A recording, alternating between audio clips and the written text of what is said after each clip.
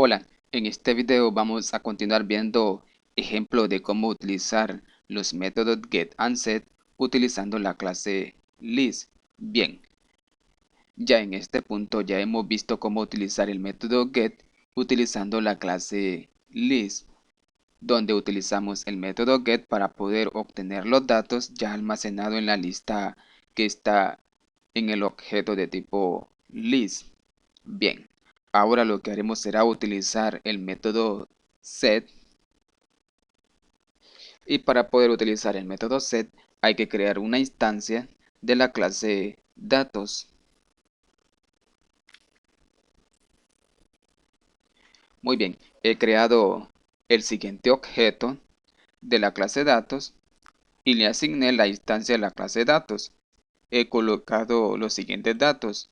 Muy bien, ahora que hemos creado el siguiente objeto de la clase datos, con este objeto podemos invocar al método setVideo y al método setCantidad. Muy bien, invoqué al método setVideos y dentro de los paréntesis he colocado el siguiente texto, ya que este método setVideo recibe como parámetro datos de tipo string. Ahora invocaré al método setCantidad y dentro de los paréntesis he colocado el siguiente dato de tipo entero, ya que este método recibe como parámetros datos de tipo entero.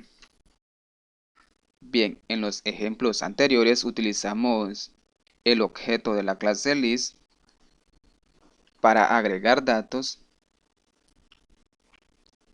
en una determinada posición, que en este caso sería la posición 2, y para agregar datos a esa posición de la lista ya almacenada en el objeto de tipo list, utilizamos la siguiente instancia de la clase datos, que dentro de los paréntesis colocamos los siguientes datos, y estos datos se los estamos asignando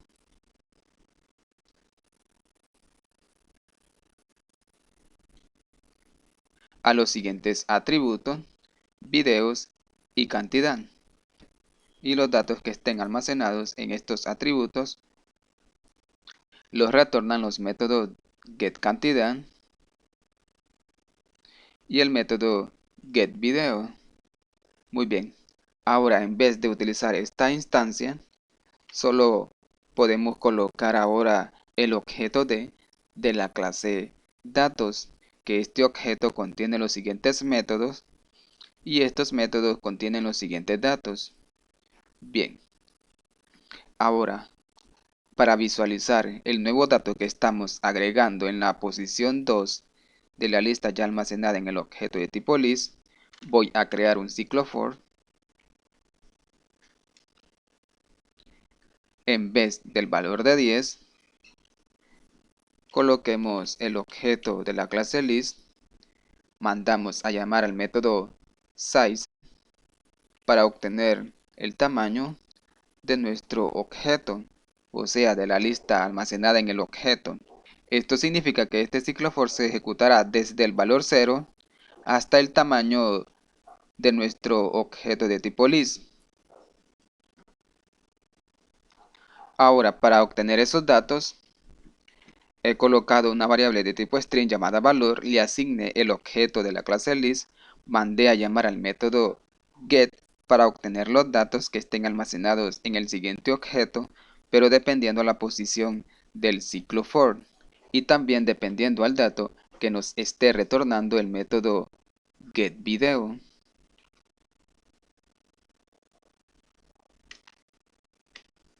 Ahora colocaré una variable de tipo entero, le asigno el objeto de la clase list, invoco nuevamente al método get y dentro de los paréntesis he colocado la variable i del ciclo for para obtener el dato dependiendo a esa posición y también al dato que nos esté retornando el método getCantidad. Ahora para visualizar esos datos voy a colocar el siguiente mensaje. Muy bien, ahora ejecutemos la aplicación F6.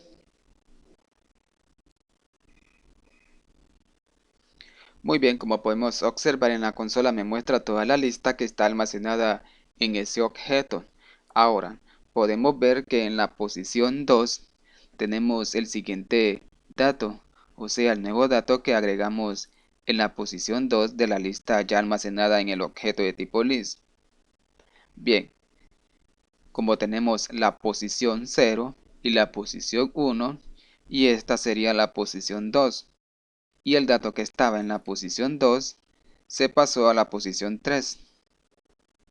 Muy bien. De esta forma podemos agregar datos también utilizando los métodos setVideo y el método setCantidad. Ahora, como la clase list contiene su método get que sirve para obtener datos de la lista ya almacenada en el objeto de tipo list, también la clase list contiene el método set.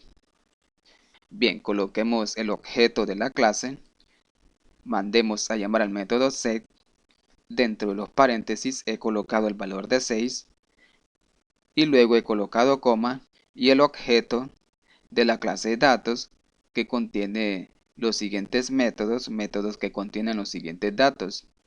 Bien, lo que haremos será modificar el dato que esté almacenado en la posición 6 de la lista que está almacenada en el objeto de tipo list con los datos que contiene el objeto de la clase datos. Bien, de esta manera utilizaremos el método set de la clase list. Bien, ahora si nuevamente ejecutamos la aplicación F6,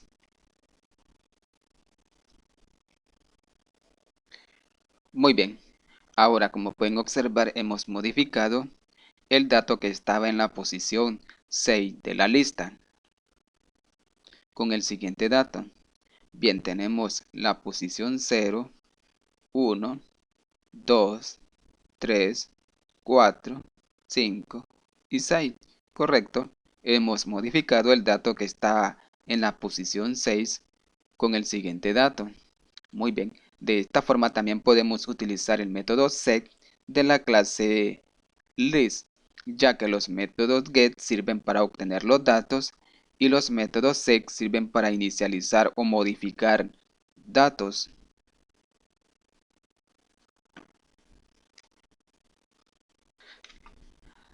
También podemos agregar un nuevo dato a la lista colocando el objeto de la clase list, mandando a llamar al método agregar y dentro de los paréntesis colocar el objeto de la clase datos que contiene los métodos setVideos y el método setCantidad. Ahora voy a modificar el dato que estamos colocando dentro del método setVideo por el siguiente dato. Ahora, si nuevamente ejecutamos la aplicación F6,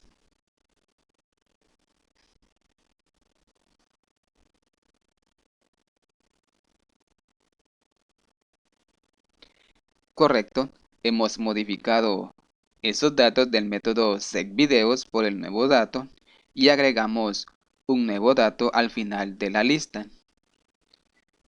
Muy bien. Como podemos observar, también podemos utilizar el método setVideos y el método setCantidad que tenemos en la clase datos. Y también utilizamos el método set de la clase list. Bueno amigos, hasta aquí este video, donde hemos visto otro ejemplo de cómo utilizar los métodos get y los métodos set que tenemos en la clase datos y también vimos cómo utilizar el método set de la clase list para poder modificar datos que están en la lista ya almacenada en el objeto de tipo list.